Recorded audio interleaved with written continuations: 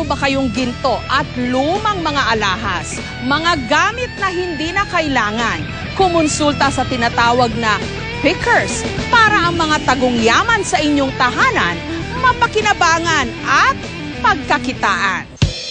Invitational medal sa selebrasyon ng 1946 Independence Day ng Pilipinas. Postcard na may larawan ng luneta noong 1908 kung kailan wala pa ang rebulto ni Rizal. First day cover ng isang envelope na may pirma ni dating Pangulong Corazon Aquino noong 1986. Isama pa riyan ang mahigit 600 mga barya at mahigit 700 piraso ng mga papel na pera. Ilan lamang ang mga ito sa mahigit 5,000 piraso ng mga antikong bagay na nabili ni Dominic. Ang kabuuang halaga nga raw ng kanyang koleksyon aabot na ng mahigit 2 milyong piso. At maari pang dumoble ang halaga ng lahat ng ito kapag naibenta niya. Si Dominic kasi isang picker o yung mga nagbabahay-bahay para maghanap ng mga inaakala nating patapon na pero pwede palang pagkakitaan. Number 1, kailangan mo pera para may pambili ka. Halos lahat ng kinokolekta may catalog. Tapos lente para makita mo yung mga kung coins, flashlight para makita mo yung mga sira. Ang isa raw sa pinakamahirap na transaksyon ang pagbabahay-bahay. This is from my grandfather. Ipe-preserve ko muna. May ibang tao iisipin, ayaw ka nilang kausapin. Tapos kung gusto man nila pakawalan, masyadong mahal na kahit sa'yo, kung ibebenta mo, hindi ka kikita. Kung itatago mo sa sarili mo, alam mo naman may makukuha kang mas mura. Sa antique shop na ito sa Plaridel, Bulacan, makikita ang mga nabili at ibinibenta ni Patrick. Halos 12 taon ng picker. Ito yung pinaka-favorite ko ngayon so far. Ito pa lang yung gamit na kakaiba.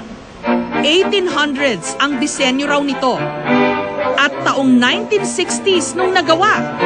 Nabili niya ito sa halagang 20,000 at ibinibenta niya ngayon sa halagang 30 hanggang 40,000. At sa araw na ito, sasamahan namin si Patrick na mag-house to house sa bayan ng Pulilan sa Bulacan para mangalap ng mga tagong yaman. Lalagay dito yung bigas, babagsak doon, iikutin. Una nilang pinasok ang bahay ni Lola Felicidad. Para magkapera.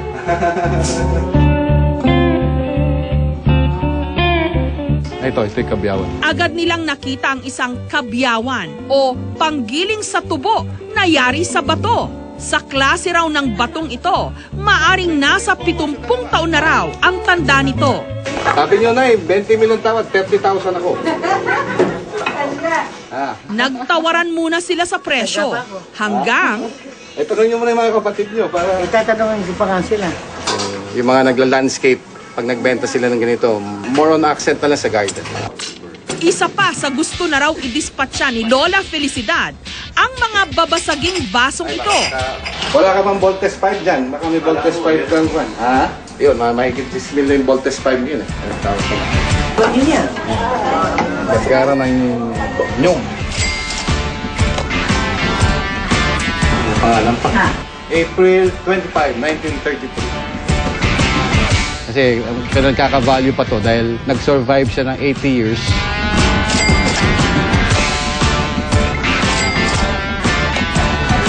So kalawag na lang.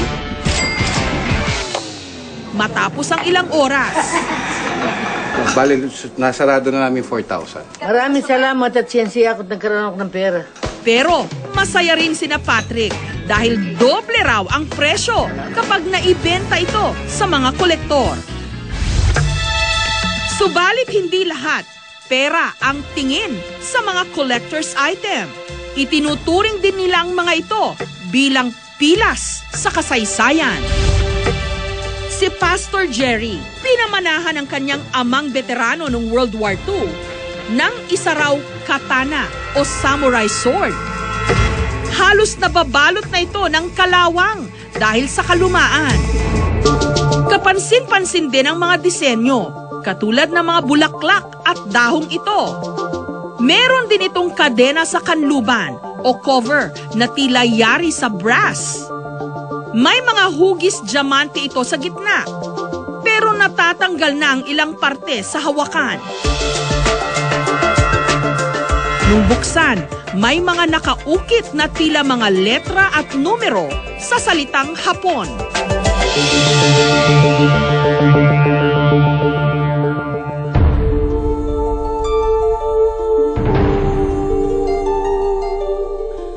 Tinatayang 15th century nung unang ginamit ng mga Hapon ang katana o samurai sword.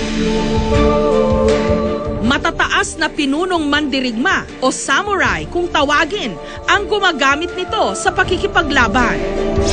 Sagrado itong maituturing dahil kumakatawan sa dangal ng mga mandirigma.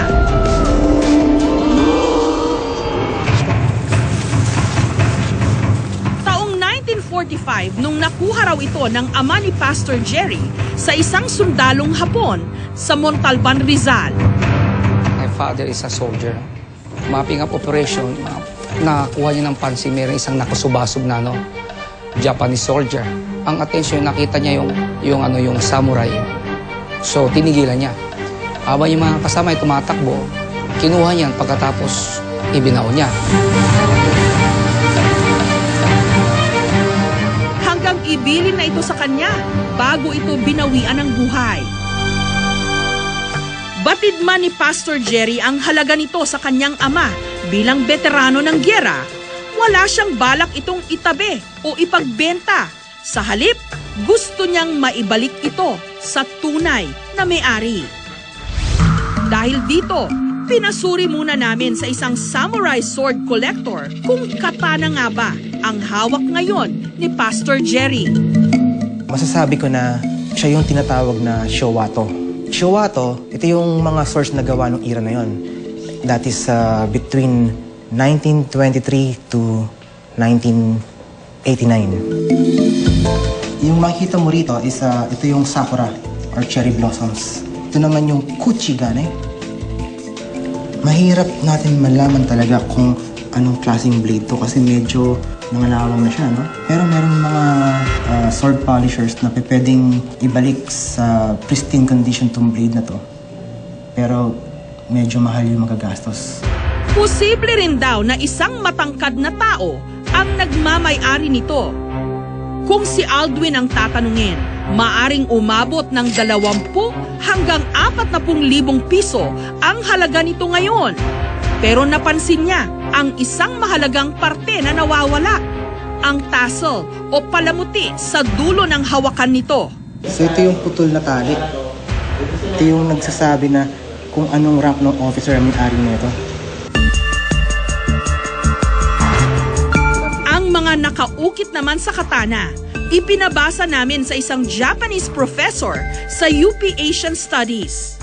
Says Hiromitsu. It could be a name of a maker. Showa Juhachi nen, 1943 June. Perhaps the date of manufacturing. Ang nasabing manufacturer ng samurai sword,